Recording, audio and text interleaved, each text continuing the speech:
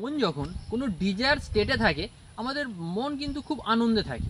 আর যখন desire state থেকে আমরা সরে যাই তখনই কিন্তু সেই আনন্দটা মনে হয় যেন কোথাও একটু কমে গেল। এরকম কেন হয় জানেন?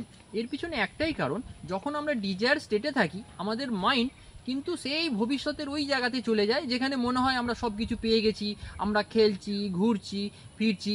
তো এর ফলে মন একদম আনন্দে ভরে থাকে। আবার যখন এইটা শেষ হয়ে যায় তখন আনন্দটা কোথায় চলে যায়। যেমন মনে করুন এই যে পুজো আসছে আসছে, ভীষণ আনন্দ।